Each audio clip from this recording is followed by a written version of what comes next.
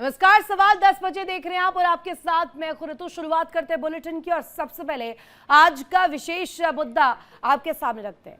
क्या दुनिया एक और बड़े टकराव की ओर आगे बढ़ रही है? क्या रूस और पश्चिम के बीच छिड़ी बयानबाजी किसी नए संघर्ष का संकेत है?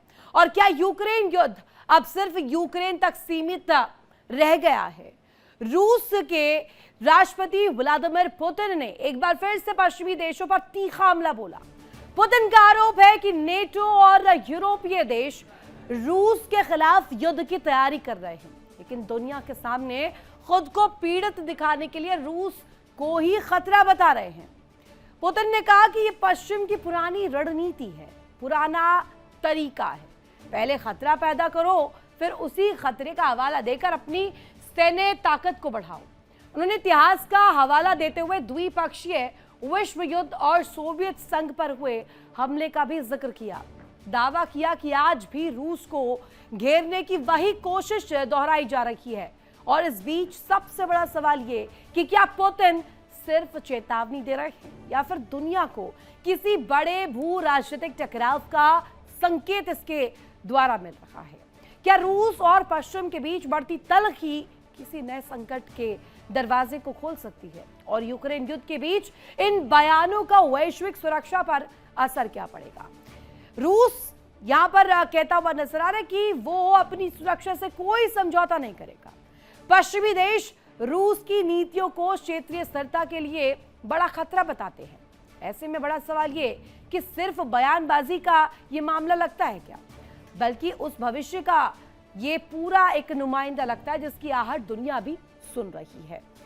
आज इसी पर बड़ी चर्चा भी हम करेंगे, लेकिन उससे पहले कुछ डिटेल्स आपके सामने रख देते हैं और आपको बताते हैं कि बीते एक सप्ताह में क्या कुछ हुआ है, क्या तस्वीर रही है, किस तरीके से जो गदर है वो मचता हुआ नजर आया। रूस और यूक्रेन में फुल गदर, फुल ऑन, ये एक के बाद एक बड़ी हलचल हो रही है। रूस और यूक्रेन के बीच संघर्ष जारी है। यूक्रेन ने मॉस्को और वोरोनिश में जबरदस्त हमले किए, बैक टू बैक फायर किए। इसके साथ ही साथ आपको बता दें, मिसाइल निर्माण संयंत्रों, तेल रिफाइनरीज पर बैक टू बैक फायर किया गया। इसके अलावा रूस का कीव, खार्किव और जैपोरिजिया पर बड़े हमले की भी तस्वीर सामने आई। इसके बाद रूस ने यूक्रेन की तमाम शहरों को दहलाया। रूस ने यूक्रेन में भारी मिसाइल और ड्रोन से हमले किए। इसके बाद यूक्रेन में रूसी हमले के इस दौरान कई लोग जो है मौत के घाट पे उतार दिए गए, मौत हो गई उनकी। यूक्रेन में रूसी हमले के बाद यह आंकड़ा सामने आया जिसमें यूक्रेनी हमलों से क्रिमिया में ईंधन की भारी किल्लत भी देखने को मिली। साथ ही साथ दोनों पक्षों से संयुक्त राष्ट्र में शांति की अपील की गई। इसके अलावा इस गदर में सबसे बड़ी वजह और सबसे बड़ी तस्वीर यही कि अभी भी तलखियां कहीं से कम नहीं हुई है। एक बड़ी खबर इस बीच पुतिन पर जेलेंस्की का बड़ा हमला सामने आया है और सीधे तौर पर रूस में पुतिन की आलोचना जेलेंस्की की तरफ से ये पक्ष रखा गया है, पुतिन के युद्ध का अंत दिख नहीं रहा है। ये बड़ी खबर और बड़ी जानकारी इस बीच आपके सामने रख रहे हैं। रूस में जिस तरीके से हमले यूक्रेन कर रहा है, यूक्रेन की तरफ से भी पलटवार किया जा रहा है, क्या कुछ कहा गया है और प्रतिक्रिया कैसे दी गई है, इस जंगी तस्वीर के बीच सुनवाते हैं।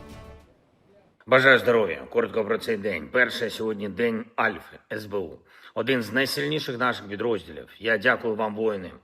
Я відзначив альфівців державними нагородами. Абсолютно є за що. Результати сильні. Саме центр спецоперації Альфа зараз лідер по ураженнях ворога.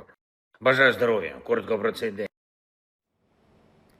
तो सुना आपने यहाँ पर व्लादिमीर पुतिन को लेकर किस तरीके से वोलोदिमीर जेलेंस्की अपना ये बयान देते हुए नजर आए, तल्ख तेवर उनके दिखाई दिए और इसी को लेकर बड़ी चर्चा हम करेंगे। हमारे साथ खास मेहमान जुड़े हुए हैं, तारुफ करवा दूं आपका। हमारे साथ इस वक्त कर्नल देवानंद सर, करोड़ी सर और साथ ही साथ DK गुप्ता सर जुड़े हुए हैं। ग्रुप कैप्टन आशीष साय सर ने मुझे ज्वाइन कर लिया है। सबसे पहला प्रश्न करोड़ी सर आज आप ही से, रूस बनाम यूक्रेन की ये जो जंग है, इस बीच चाहे पश्चिम का मुद्दा हो या इस जंग से ही जुड़ी हुई तमाम तस्वीरें हों, अगर बीते कुछ दिनों की बात करें इसमें और ज्यादा इजाफा हुआ है। अब बयान भी सामने आ रहा है, जेलेंस्की कुछ पॉइंट रख रहे हैं, उसका पलटवार व्लादिमीर पुतिन भी कर रहे हैं? देखिए रितु, अंतर्राष्ट्रीय राजनीति में और जब तनाव की स्थिति होती है तो जो दिखता है उससे चीजें गहरी होती हैं। ये युद्ध है, ये यूक्रेन और रशिया में नहीं है, ये रूस और पश्चिमी देशों में है। और किस रूप में है देखिए, रूस जिसको पहले यूएसएसआर कहते थे, वर्ल्ड वार में पश्चिमी देश और रूस एक साथ थे, फांसीवाद के विरुद्ध, नाजीवाद के विरुद्ध लड़े, हिटलर से लड़े। लेकिन युद्ध खत्म होने से पहले ही यूरोपियन देशों, विशेष रूप से ब्रिटेन और अमेरिका ने ऑपरेशन अनथिंकेबल शुरू कर दिया था यूएसएसआर के अगेंस्ट में। युद्ध खत्म ही नहीं हुआ था उससे पहले। और उसके बाद लंबे समय तक 90 तक शीत युद्ध चलता रहा यूएसएसआर और पश्चिमी देशों में, क्योंकि वो विचारधारा के आधार पे था। तो ये कोई अदावत है, ये पश्चिम की और रूस की पुरानी नहीं, इससे पहले भी, वर्ल्ड वार से पहले भी हो रहा है। तो मैं ये कहूँ कि पश्चिमी देश हैं वो रशियोफोबिक हैं। तो ऐसी स्थिति में वो जेलेंस्की और यूक्रेन को बहाना बना रहा है। अगर वो ये चाहते हैं कि यूक्रेन जीते तो वो अपने सैनिक भेजें और डायरेक्ट इन्वॉल्व नहीं होना चाहते, वो रशिया को कमजोर करना चाहते हैं।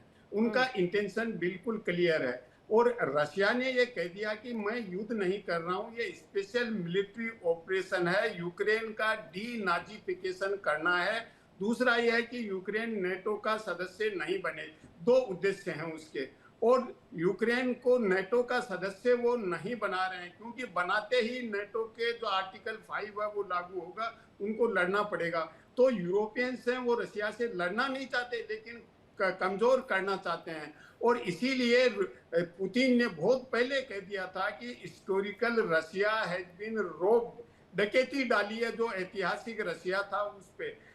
जैसा कि हिटलर ने कहा था कि जो वर्साई की ट्रीटी फर्स्ट वर्ल्ड वार के बाद हुई थी, वो जर्मनी के साथ हाईवे रोबरी थी, हाईवे की लूट थी, और इसीलिए वो आगे बढ़े। तो पुतिन भी ये कह रहा है कि historical Russia has been robbed, और इससे वो रशियन नेशनलिज्म है, रशिया को स्ट्रॉन्ग करने की बात नहीं तो करता है। रशिया हैज बीन रॉब्ड, या रशिया की पूरी डिप्लोमेसी को रॉब कर लिया है? देखिए डिप्लोमेसी को नहीं, रशिया यूएसएसआर को, उसका रोब का मतलब है यूएसएसआर के जिस तरह से टुकड़े टुकड़े हुए, कितने देश एमर्ज हुए, और वो सब क्या था, यूएसएसआर को खत्म करना था। और 90 में ये मान के चल रहे थे कि पूंजीवादी विचारधारा है, पश्चिमी के देश हैं वो जीत गए हैं कोल्ड वार। लेकिन उसके बाद तो स्थिति और ज्यादा जटिल हुई है, अंतरराष्ट्रीय राजनीति है वो फ्रेगमेंटेड हो गई है। तो अब पुतिन एक नया राष्ट्रवाद को जन्म देके फिर से असर्ट करना चाहते हैं कि जो रशिया की यूएसएसआर, तो अभी दुनिया भर में करोड़ों साल पहले से इतने सारे जंग के फ्रंट खुले हुए हैं। अब ये और एक तस्वीर सामने आ जाएगी। अभी कहा जा रहा था कि मध्यम ये थोड़ी सी तस्वीर सॉफ्टन हो रही है, लेकिन अब ये जो बयानबाजी और ये हमले, ये पूरी एक पटकथा लिख रहे हैं जिसको लेकर कहा जा रहा है कि महायुद्ध न छिड़ जाए। साय सर से एक प्रश्न मेरा, साय सर, दुनिया अभी देख रही है ये एक ऐसी जंग के रूप में नजर आ रही जिसमें एक तरफ रूस है, दूसरी तरफ पश्चिम है। अब बयानबाजी, नेटो इस बीच आ जाता है, ईरान अमेरिका की स्थिति आ जाती है। एक ऐसा भी फेज आया था जब लगा था कि एकदम डाइल्यूट सा हो गया मामला, बट अब फिर से ये अग्रेशन के साथ निकल रहा है। जय हिंद ऋतु। जी हाँ, ये सीज फायर के बाद से, ईरान अमेरिका सीज फायर के बाद से यूक्रेन के हमले रशिया पे डीप इनसाइड कुछ बढ़े हैं। ये इंडिकेट करते हैं कि वेस्टर्न सपोर्ट जो बीच में during Iran America war Ukraine को कुछ कम हो गया था, अमेरिकन हार्डवेयर यूक्रेन में नहीं जाने लगे थे क्योंकि इनको रीइंफोर्समेंट्स करनी थी गल्फ में। वो जब ईज आउट हुआ है तो यूक्रेन ने वापस से रशिया पे इन लास्ट वीक अगर हम बात करें ऋतु, तो काफी डीप हमले किए हैं ड्रोन्स और मिसाइल से, जो इंडिकेट करता है इनका गोला बारूद जो 3-4 सालों में काफी कम हो गया था और वेस्टर्न सप्लाईज रुक गई थी, वो वापस से शुरू हो गई। ये बात व्लादिमीर पुतिन को पता चली होगी और वो इसीलिए प्रीएम्प्टिव अपना एक कंसर्न जारी कर रहे हैं। ऑफ कोर्स कंसर्न जारी करेंगे तो ग्लोबल सिग्नेचर मैसेजिंग के लिए वो बोलेंगे कि वेस्टर्न वर्ल्ड हमको टेक ओवर, बट फैक्ट है कि वो ये इंडिकेट कर रहे हैं कि वेस्टर्न वर्ल्ड फिर से यूक्रेन को इलेजिटिमेट सप्लाई ऑफ हार्डवेयर कर रहा है। इसमें दो तीन मेजर चीजें हैं। एक तो यूक्रेनियन जो प्रीमियर है, जिसको अभी तक केजीबी ठिकाने नहीं लगा पाई है, लेकिन जितनी जल्दी कर दें वो बेहतर होगा ग्लोबल पीस के लिए, because he is a unseasoned, unpolished, non diplomat premier of Ukraine. आपने उनके कंडक्ट को, उनकी बातचीत के लहजे को, और अब उनके जो डिसीजंस हैं कि डीप इनसाइड मॉस्को जाके मारेंगे। देखिए, इस वॉर का ऋतु कोई पर्पस नहीं है ग्लोबल, अनलाइक ईरान अमेरिका जिसमें एक ग्लोबल पर्पस था of energy control, of radicalization, dilution across आप द ये कह रहे ग्लोब। हैं कि कोई ग्लोबल पर्पस नहीं, दैट्स व्हाई हमें डाइल्यूटेड सा लग रहा है, लेकिन ये अंदर अंदर चल रहा था। हाँ, इनकी अपनी सिमरिंग प्रॉब्लम्स हैं, एकदम लोकलाइज्ड। एक इनकी मेजर इशू है कि क्रीमिया को रशिया गिव अवे नहीं करना चाहता है। उनके लिए वो जान का सवाल है, क्योंकि उनका only warm water access to Red Sea आप कह सकते हैं इज थ्रू क्रीमिया, और क्रीमिया के ऊपर यूक्रेन की भी उतनी निगाह है, वो उसको रिक्लेम करना चाहते हैं। वो द ओनली कनेक्टिंग ब्रिज को 3-4 बार डिस्ट्रॉय करने की कोशिश किया बिटवीन रशिया एंड क्रीमिया, जो एक मेजर ब्रिज है उसका। सो ये इनकी एब्सोल्युटली लोकल प्रॉब्लम है, लेकिन रशिया को भी ये समझना चाहिए कि वो वेरियस पॉइंट्स पे 100, 150, 200, 250 किलोमीटर इनसाइड यूक्रेन चले गए हैं। तो अगले फॉल विंटर्स के पहले इन दोनों पार्टीज को अंडर सम मीडिएशन, जो कि अभी पर्पसफुल नहीं दिख रही है, इनको स्टेटस क्वो पे फ्रीज करना चाहिए। अपने फोर्सेस को पार्टली रशिया को विड्रॉ करना चाहिए। जितना उनको चाहिए था उससे ज्यादा उन्होंने गेन कर लिया है। लेकिन अब ये यूक्रेन ने जो लेटेस्ट हमले शुरू किए हैं, इससे पुतिन, जिनका एक विजन रहा होगा कि हम बिफोर विंटर्स इस बार इसको फ्रीज कर देंगे और हाफ वे विड्रॉ करके हाफ हम अभी भी कैप्चर करके रखेंगे फॉर लिवरेज, फॉर फ्यूचर तो पर्पसेस ऑफ अभी तो नेटो भी साथ नहीं दे रहा है ना सर, अमेरिका का नेटो भी साथ नहीं खड़ा है। तो अभी इस पूरी केस में आपको क्या लगता है कि नेटो अब इस दफा बैटिंग करेगा भी कि नहीं, और करेगा तो क्या अमेरिका के पक्ष से करेगा? अमेरिका का पक्ष जानना पड़ेगा। प्रेजेंटली जब तक पुतिन और ट्रंप चेयर पे हैं, अमेरिका नेटो को उस तरह का खुला ओपन अथॉरिटी नहीं देगा to help Ukraine. Remember, Trump के मेजर कमर्शियल बिजनेस इंटरेस्ट हैं रशिया में पुतिन के साथ, इसलिए वो ओपनली, इसी वजह से ईरान के युद्ध को उन्होंने यूज करके अपनी direct supply of military hardware to Ukraine को चेक किया था। तो NATO is as it is severely fractured. अब नाटो नहीं रहा फ्रैक्चर्ड भी, और साथ ही साथ अभी वो एक से और एक कमांडिंग नेचर अब कितने हद तक अवेलेबल है, कितना अभी मौजूद है, ये भी बड़े प्रश्नों के घेरे में ऐसा है सर। एक बड़ी खबर, उसके बाद डीके गुप्ता सर का एक बार रुक करूंगी। रूस के कब्जे वाले क्रिमिया पर बड़ा हमला हुआ। क्रिमिया में ड्रोन स्ट्राइक और निशाने पर पावर प्लांट्स लिए गए हैं। पावर प्लांट्स को निशाना बनाने की कोशिश की गई है। क्रिमिया में एयर डिफेंस सिस्टम सक्रिय बताया जा रहा है। बाला कलावा थर्मल पावर प्लांट पर हमले की खबर इस बीच मिल रही है, और ये बदस्तूर सिलसिला जो है वो जारी है पावर प्लांट्स को टारगेट करने का।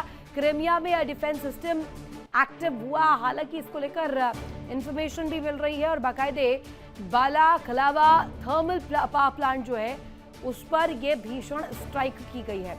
अब इसी पर जान लेते हैं गुप्ता सर, ये सिलसिला नहीं रुक रहा है। कितनी ही डिप्लोमेसी कर लीजिए, कितनी ही बातचीत कर लीजिए, और कितने ही बयान दे दीजिए, रूस बनाम यूक्रेन का ये जो जंग है, इसमें सबसे ज्यादा अलहदा पार्ट यही हमले हैं कि हमले नहीं रुक रहे हैं।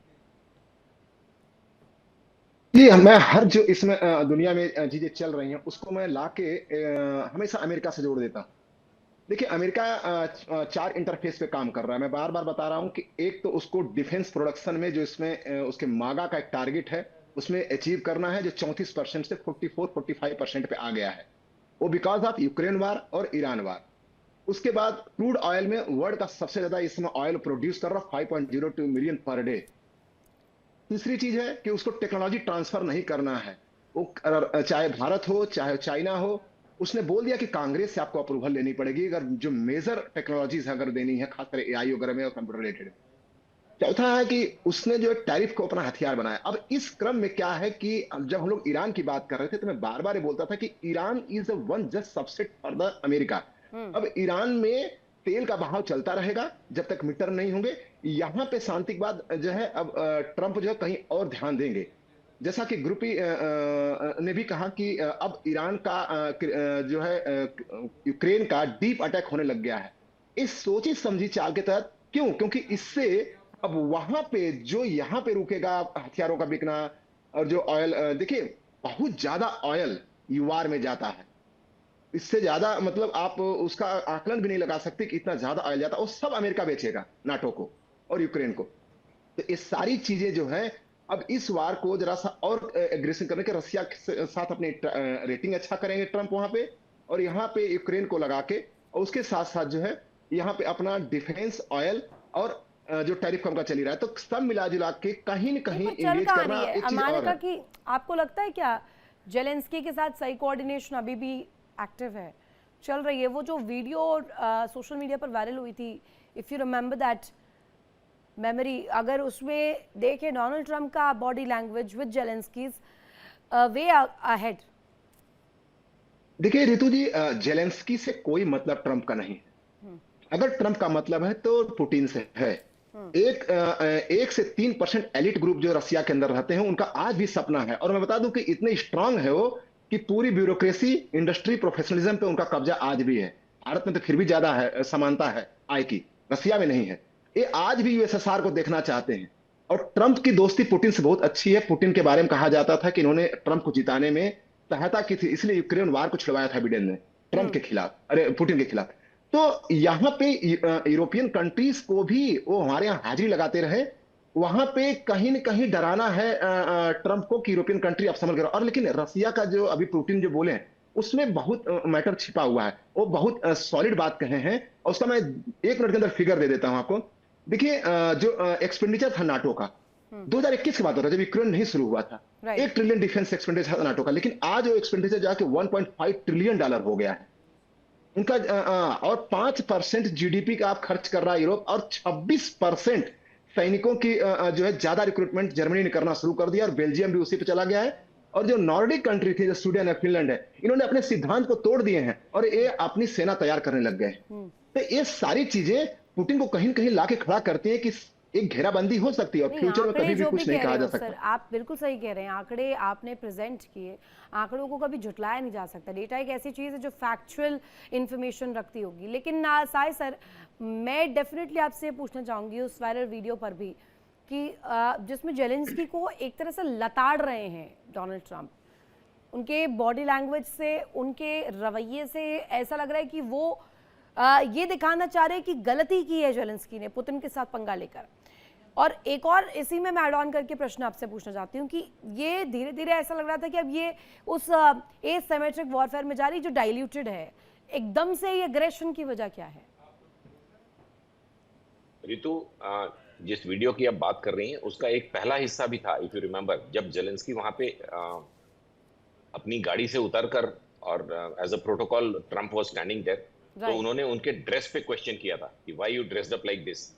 वो कुछ बहुत ही लोकल कैजुअल ड्रेस पहन के for a very formal important meeting पहुंच गए थे, और इन फ्रंट ऑफ कैमरास उसको ट्रंप ने क्वेश्चन पूछा था, सीरियस क्वेश्चन। उसके बाद वो अंदर गए, और अंदर का वो 20, 25, 30 सेकंड का कंप्लीट डिस्कशन बिटवीन, जब Trump was virtually admonishing Zelensky in front of the world media and senior leaders कि उनके यूक्रेन की एक्टिविटी से, तो it was a very clear indication that Trump has a serious hatred towards the pattern of leadership of Zelensky as well as Zelensky as a individual, जिसको सब लोग जानते हैं कि वो मतलब थिएटर से आए हैं। वो ठीक है, that I have no comments to make, लेकिन वो वीडियो बड़ा मेजर इनसाइट देता है बिटवीन द कनेक्ट और रादर डिस्कनेक्ट बिटवीन। तो आप ये कह रहे हैं यूक्रेन से नहीं, आप ये कह रहे हैं यूक्रेन से नहीं है प्रॉब्लम जेलेंस्की से है इंडिपेंडेंटली, मेजरली। अगर इस समय जेलेंस्की को हटा के कोई दूसरा सिंसियर सीजन्ड लीडर अगर यूक्रेन में सत्ता में लाया जाए, तो शायद 50 to 60% of this conflict will stop. ये इंडिविजुअल लड़ाई चल रही है, बिकॉज जेलेंस्की के पास कोई हिस्टोरिकल इंफॉर्मेशन या प्लान या सीजन, वो ही इज अ स्टार्टर और इतने मेजर पोजीशन पे बैठा गया है। इस समय पिछले 3-4 सालों में रितु, जिस तरह के मिलिट्री लॉसेस यूक्रेन के हुए हैं, कोई भी सेन कंट्री अपनी इंडिविजुअल ईगो को पीछे रखता अगर लीडर उसका अच्छा होता, जो कि जेलेंस्की नहीं है। और बोलता कि हम पहले बात कर लेते हैं, because with each passing day, ठीक है आपने 2 या 3 बहुत मेजर हमले किए हैं रशिया के अंदर, इंक्लूडिंग अगर आपको याद हो लास्ट ईयर एक बहुत ही स्टार्टलिंग हमला किया था यूक्रेन ने, अपने ट्रक्स में ड्रोन्स को भर के 1.5 साल की प्लानिंग के बाद उन्होंने कुछ मिलिट्री फैसिलिटीज जहां पे टीयू सीरीज के बॉम्बर्स खड़े थे रशिया के, उनको उड़ा दिया था। नहीं तो पर $1 आप बिलियन कह से रहे ज्यादा हैं, का। आप दोनों ही चीजें कह रहे हैं। एक तो आपने कहा कि यहाँ पे बॉम्बिंग्स हो रही हैं, पहली बार भी हुई, डिटेल्स आई कब कब हुए हमले वो भी देखा हमने। एक तरफ है रशिया जिसके लिए बैटिंग करने के लिए मुझे लगता है दुनिया का एक पूरा अलग गुट है। ईरान ले लीजिए, अभी हाल ही के मामले में सामने आया कि Iran is the biggest ally of Russia. अब वो ईरान साथ देगा, चाइना साथ देगा, भारत साथ देगा, बाकी के कंट्रीज साथ देंगे। दूसरी तरफ यूक्रेन का कंडीशन उठाइए, यूक्रेन के साथ तो अमेरिका के खुद के राष्ट्रपति नहीं है, इंडिपेंडेंटली विद जेलेंस्की नहीं है। करोड़ी सर, आपका इस पर क्या पॉइंट ऑफ व्यू है? देखिए रितु, जो पुरानी बात है ट्रंप और जेलेंस्की के साथ वो अलग है, लेकिन अब G7 में जिस तरह का जेलेंस्की को प्रोमिनेंस मिला है, सभी यूरोपियन लीडर्स ने जो उसको इम्पोर्टेंस दी है और उनको जिस तरह से सिंपैथेटिकली सुना है G7 में, जिस तरह वो बोले हैं, और शायद उसी से वो एनकरेज होके क्रीमिया पे अटैक किया है। जो 19 किलोमीटर का ब्रिज है उसको बड़ा डैमेज किया है, जो रशिया को और क्रीमिया को लैंड रूट और ट्रेन रूट से जोड़कर ब्लैक सी से कनेक्ट करता है। तो मुझे लगता है कि यूरोपियन कंट्रीज और इवन अमेरिका का अब एटीट्यूड बदल रहा है, क्योंकि ट्रंप साहब ये चाहते थे कि रशिया से या पहले यूएसएसआर से उनके पुराने रिश्ते हैं, उन ट्रंप के बिजनेस को प्रमोट करने में यूएसएसआर ने कोई रोल प्ले किया था 87-88 में जब यंग ट्रंप थे, ऐसा रिपोर्टिंग है। तो अलास्का में जिस तरीके का हुआ, अलास्का के बाद मुझे लगता है कि ट्रंप साहब निराश हो गए हैं। तो आज की स्थिति में देखें तो दुनिया बहुत ही खतरनाक मुहाने पे खड़ी है। उसके 3 कारण हैं। एक तो पूरी दुनिया में मिलिटराइजेशन बढ़ रहा है। 2024 में $2.4 ट्रिलियन मिलिटराइजेशन पे खर्च होता था, जो 25 में 2.9 ट्रिलियन के करीब पहुंच गया है। दूसरा है कि न्यूक्लियराइजेशन का खतरा भी बढ़ गया है, क्योंकि जो स्टार्ट ट्रीटी थी रशिया और जो यूएसएसआर था पहले, उनके और अमेरिका के बीच में, वो 2-3 महीने पहले खत्म हो गई है। रशिया ने ये कहा था कि 1 साल के लिए इसको रिन्यू कर लेते हैं, फिर साल भर बाद एक नई ट्रीटी कर लेंगे और देशों को इसमें सम्मिलित कर लेंगे, लेकिन अमेरिका ने फ्लैटली मना कर दिया। तो स्टार्ट ट्रीटी एक्सपायर हो चुकी है ऑलरेडी। और तीसरा महत्वपूर्ण है कि वेपनाइज बढ़ेगा, जिस तरह मिलिटराइजेशन होगा तो वेपनाइजेशन होगा, और ये सब कुछ होगा तो कहीं न कहीं यूज होगा। और जो दुनिया में डेवलपमेंट से रिलेटेड एक्टिविटीज हैं, वेलफेयर एक्टिविटीज हैं, उन पे एडवर्स इम्पैक्ट डेफिनेटली मेरा सवाल पड़ेगा। डीके गुप्ता सर से रहेगा। डीके गुप्ता सर, आपने ये आप आंकड़े गिनवा रहे थे, तो लॉसेस और सीधे सीधे अगर हम देखें प्रॉफिट का जो एक चेक बैलेंस होता है, ईरान अमेरिका टेंशन के दौरान भी हमने निकाला कि अमेरिका ज़्यादा लॉस में रहा। अभी यूक्रेन रूस में अगर हम निकालें तो इन दोनों के बीच में आपके चेक बैलेंसेस क्या कहते हैं कि नुकसान ज़्यादा किसको हुआ है? इज इट रशिया और इज इट यूक्रेन? देखिए रितु जी, मेरा वेरी फर्स्ट डे से इंप्रेशन रहा है कि अमेरिका को केवल अगर हम इन्फ्लेशन मान लें 4.2 छोड़ के, तो इकोनॉमिक हर पैरामीटर पे प्रॉफिट हुआ है इन सारे सिनेरियो जो पिछले 1 साल से चल रही है दुनिया के सारे पैरामीटर पे। इवन वो G2, जो कोई राष्ट्रपति चाइना को G2 अपनी बिरादरी में नहीं खड़ा करता था, ट्रंप ऐसे बिजनेसमैन है, G2 बोल के $100 बिलियन उन्होंने अपना ट्रेड डेफिसिट को कम कर लिया है चाइना से, 298 से 202 कर लिया है। तो अमेरिका हर जगह प्रॉफिट कमाया है। और यहाँ पे रसिया की बात कर रहा हूँ, देखिए रसिया ने लगभग 1,16,000 स्क्वायर किलोमीटर जमीन का लगभग 20%, मतलब किसी देश का 1/5वां हिस्सा कब्जा कर चुका है। और उसके बाद जो बिल्कुल दुनिया से कट ऑफ था, पुतिन कहीं दुनिया में जा नहीं सकते थे, आज वो पुतिन को एक साउथ ब्लॉक की लॉबी मिली हुई है। उनके रिलेशंस चाइना से, ईरान से, हर जगह उनके बेसेस भी एक्सपेंड हुए हैं। इस दौरान, युद्ध के दौरान, उन्होंने कहीं कहीं डीप रूटेड कंट्रीज में जाकर, चाइना वगैरह में उनके बेस, मिलिट्री बेसेस एक्सपेंड हुए हैं। वहां पर उन्होंने प्रोडक्शन किया है इस युद्ध को लड़ने के लिए, जो सेक्रेट है। तो इसमें मैं समझता हूं कि रसिया की इकोनॉमी भी जो एकदम स्विंडल हो गई थी, वो भी इकोनॉमी 3.4 चली गई, और डेवलप्ड कंट्री के लिए या डेवलपिंग कंट्री के लिए जैसे अमेरिका के लिए 2.1 2.2 की इकोनॉमिक ज्यादा डेवलपमेंट घाटे में बहुत रहा अच्छा है माना जाता है। आपके हिसाब से तो यूक्रेन? यूक्रेन घाटे में नहीं रहा, बहुत ज्यादा घाटे में रहा है। उसकी जमीन चली गई, उसके लोग मारे गए उसको, और वो एक बोले तो एक कठपुतली वाला डांस हो रहा है, जैसे हमारे राजस्थान में कराया जाता है, जैसा नचाएंगे वैसा नाच रहा है यूरोप और अमेरिका के बीच में। और ये वहां के लोग देखिए, यूक्रेन के अंदर बहुत लोग रसिया को पसंद करते हैं, रसिया को बहुत पसंद करते हैं। लेबनान में बहुत लोग अमेरिका को पसंद करते हैं, क्योंकि 70% लोग हिजबुल्लाह को नहीं चाहते वहां पे, क्योंकि 37% क्रिश्चियन है, 31% सुन्नी है। तो ये सब चीजों को बहुत माप तौल के तब ट्रंप वहां पिच इन करते हैं। तो ये चीजों में इस समय रसिया को कोई अगर छेड़ेंगे नहीं, तो रसिया इसमें कोई प्रॉब्लम नहीं है, चुपचाप रहेगा। लेकिन ये छेड़ेंगे इसलिए क्योंकि अपनी ऑयल और डिफेंस प्रोडक्शन को कैरी ऑन करना है ट्रंप को, कुछ न कुछ करके अपने ऑयल बेचेंगे नाटो को, यूरोपियन कंट्री को, यूक्रेन को, और इस तरह से अपने डिफेंस प्रोडक्शन, क्योंकि नाटो के युद्ध के बाद उनका बहुत ज्यादा 461 बिलियन का कमाई हुई है डिफेंस का, जो उनका एक्सपोर्ट हुआ है। और यहाँ पे कंडीशन अमेरिका के अंदर है कि अब वो ऑर्डर लेना बंद कर दिए। सोचिए कि एक देश जो चाहता था ट्रंप, देखिए ट्रंप के बारे में हम चाहे जो भी बुरा कहें भला कहें, हमारा अपना नजरिया हो सकता है, लेकिन एक हेड ऑफ द स्टेट होने के नाते जो उसने अपने पब्लिक को प्रॉमिस किया था, चाहे क्रिश्चियनिटी पे, चाहे ईरान पे, चाहे वेनेजुएला पे, चाहे क्यूबा पे, वो सारी चीजों पे वो नहीं, पिचिंग कर रहा अभी है। मॉडर्न एरा में शायद सर हम बहुत जज करते हैं, इवन इफ हम इसे मीडिया लैंग्वेज भी कहें या northern media, southern media, west media, किसी भी हवाले से अगर हम समझें, मेरा सवाल आपसे बिल्कुल क्रिस्टल क्लियर ये कि अभी महायुद्ध का दम लग रहा है क्या इस टेंशन में, कि महायुद्ध हो जाए? नहीं, नहीं, we are towards containing both the major wars, Iran America और रशिया यूक्रेन। दोनों में अब जो गैस थी वो फिजल आउट कर चुकी है। मुझे लगता है कि आई एम वेरी होपफुल कि इस विंटर के पहले रशिया यूक्रेन में very shortly you will have a truce, कुछ ना कुछ लंबा सीज फायर, जिसके बाद ये भी टेबल पे बैठेंगे, जिसके बहुत चांसेस है। बैक चैनल में आपको पता होगा काफी डिस्कशंस हो रहे हैं, including America, Russia, China, Ukraine discussions भी जानने में आए। तो we are not looking at a major escalation in both these wars. Ritu, biggest red flag कौन है आपके हिसाब से?